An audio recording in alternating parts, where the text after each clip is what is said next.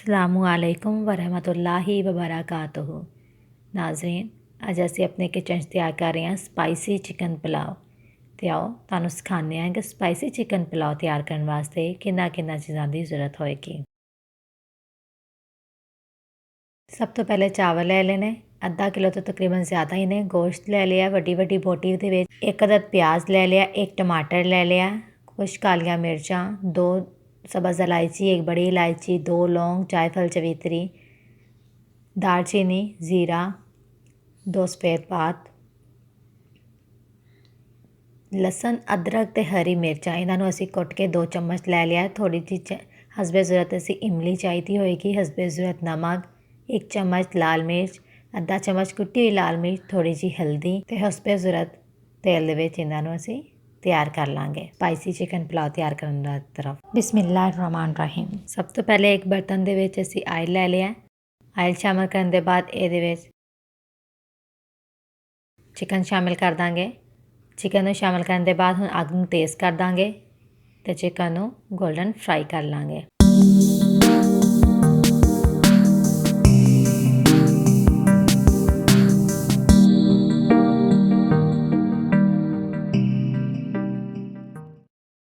Chicken ਨੂੰ अच्छे तरीके ਨਾਲ ਗੋਲਡਨ ਫਰਾਈ ਕਰਨ ਦੇ ਬਾਅਦ ਇਹਨੂੰ ਇੱਕ ਬਰਤਨ ਦੇ ਵਿੱਚ ਨਿਕਾਲ ਲਾਂਗੇ।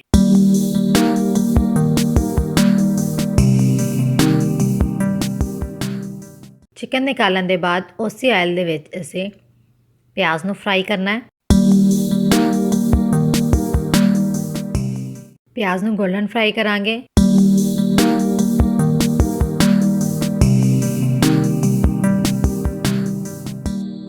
ਪਿਆਜ਼ ਨੂੰ ਗੋਲਡਨ ਫਰਾਈ ਕਰਨ ਦੇ ਬਾਅਦ ਇਹਦੇ ਵਿੱਚ ਥੋੜਾ ਜਿਹਾ ਪਾਣੀ ਸ਼ਾਮਿਲ ਕਰਕੇ ਤੜਕਾ ਲਾ ਲਾਂਗੇ। ਖੂਬਸੂਰਤ ਤੜਕਾ ਲੱਗਣ ਦੇ ਬਾਅਦ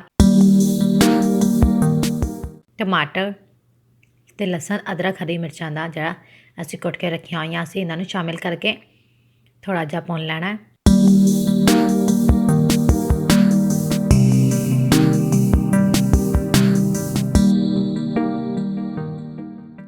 थोड़ा जहा भुनन के बाद मसाले शामिल कर देने ने।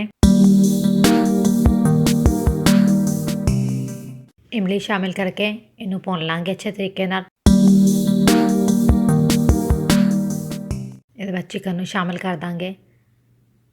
चिकन नू भुनना मकसद नहीं है, एक किस्म का चिकन बिल्कुल गल ही आई हुआ है। थोड़ा जिहा इनू मिलाना है इहदे नाल कि सारा मसाला ते चिकन आपस में मिल जान। चिकन ਨੂੰ ਮਸਾਲੇ ਨਾਲ ਥੋੜਾ ਜਿਹਾ ਮਿਕਸ ਕਰਨ ਦੇ ਬਾਅਦ ਗਰਮ ਮਸਾਲਾ ਸ਼ਾਮਿਲ ਕਰ ਦਾਂਗੇ।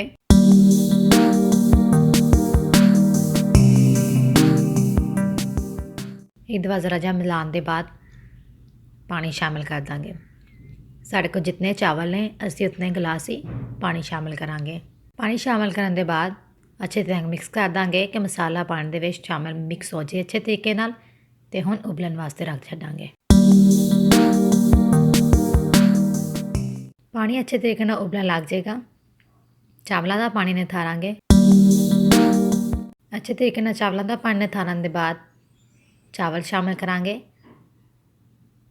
इत्थे सुगड़पन का मुजाहरा करते हुए असी एक चावल का दाना भी बाउल दे विच लगा नहीं रख छड्डांगे। मिक्स करांगे अच्छे तरीके नाल ते इनू कवर कर दांगे।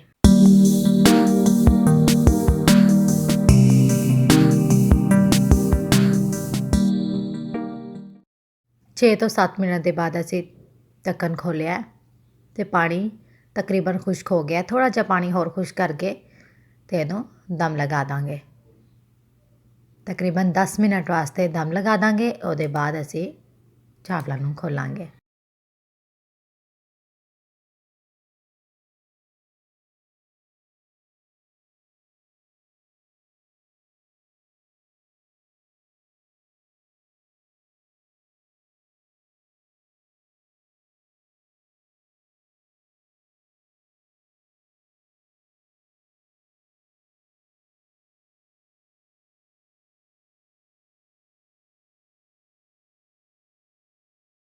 दस मिनट के बाद दम खोल रहे हैं।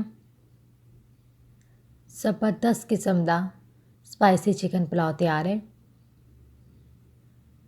बहुत ही लजीज। तो ਹੁਣ ਇਹਨਾਂ ਨੂੰ ਮਿਕਸ ਕਰਨ ਦੇ ਬਾਅਦ ਅਸੀਂ ਡਿਸ਼ ਆਊਟ ਕਰਨੇ ਆ।